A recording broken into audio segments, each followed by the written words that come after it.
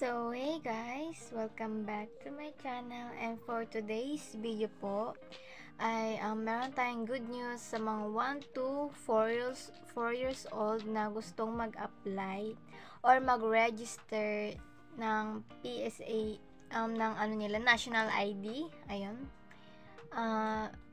Dahil nga meron na din sa adult ng 5 to plus years old hanggang adult, naglabas po ang government na pwede po mag-register ang 1-year-old hanggang 4 years old na bata. So, kung sakali man kapag lumalaki sila, may papakita sila ng identity nila. Ayan. Lalo na pag sa school, sa mga any activities nila sa school na nangangailangan ng valid ID.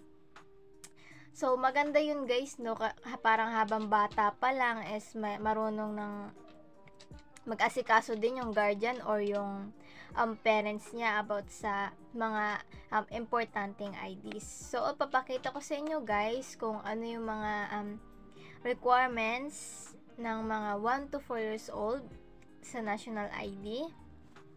But before we start guys, don't forget to subscribe to my channel.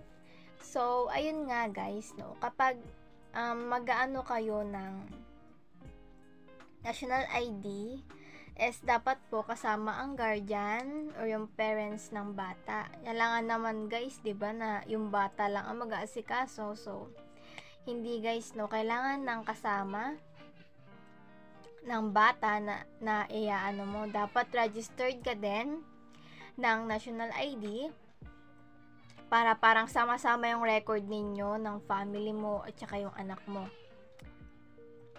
So, explain ko din, ipapakita ko sa screen mamaya kung ano yung requirements sa 1 to 4 years old. Sa screen ko mamaya para makita ninyo kung ano ang mga requirements.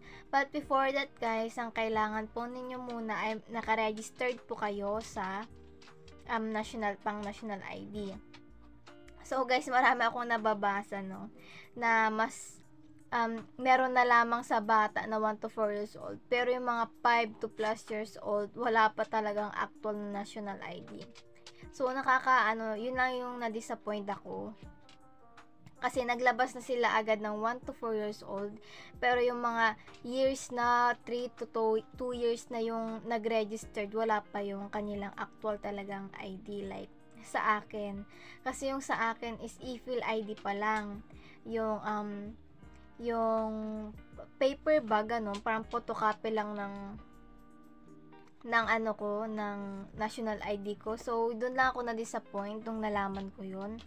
Na meron ng 1 to 4 years old, pero yung mga nauna na, wala pa din mga actual na ID.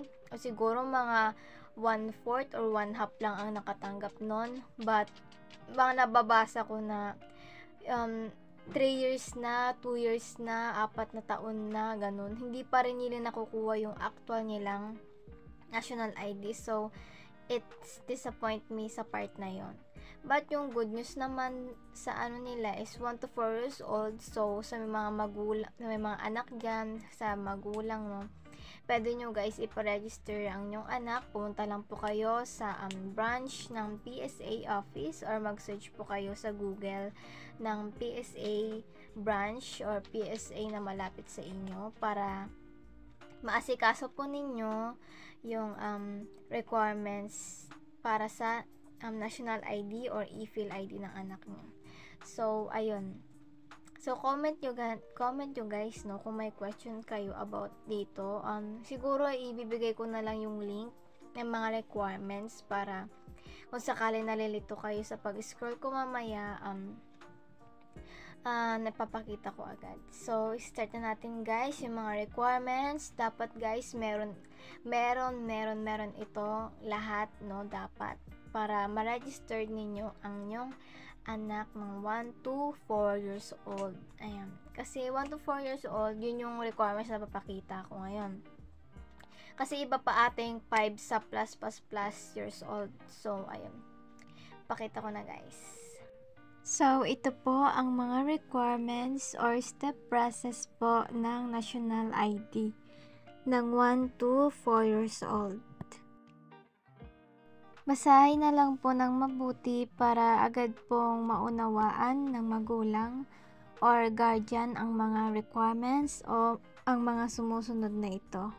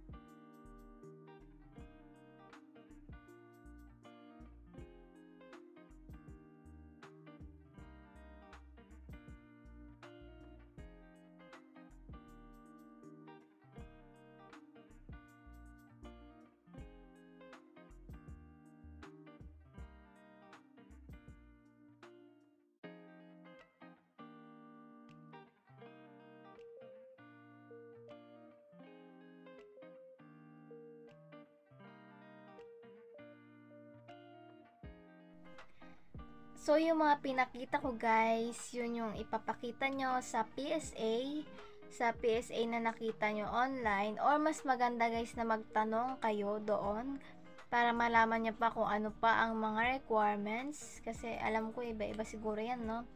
Pero importante dyan guys is kasama nyo yung bata, kasama kayo, and dapat may requirements na agad yung batang idadala nyo sa PSA para dire-diretso na lang yung process, kasi sa tingin ko kasi dahil sa dami nga ng bata, or bata from 1 to 4 years old, mas maganda na mas prepared tayo sa mga documents nila. And sana sa mga dyan, no, mapanood nito, siguro kung may government naman, mapanood ito, sana yung mga nag-registered na dati ng 5 to plus years old, sana maibigay na nila yung actual IDs natin para mamaya maghalo-halo na yung sa 1 to 4 years old, tapos tayo pa ulit mahuhuli, diba?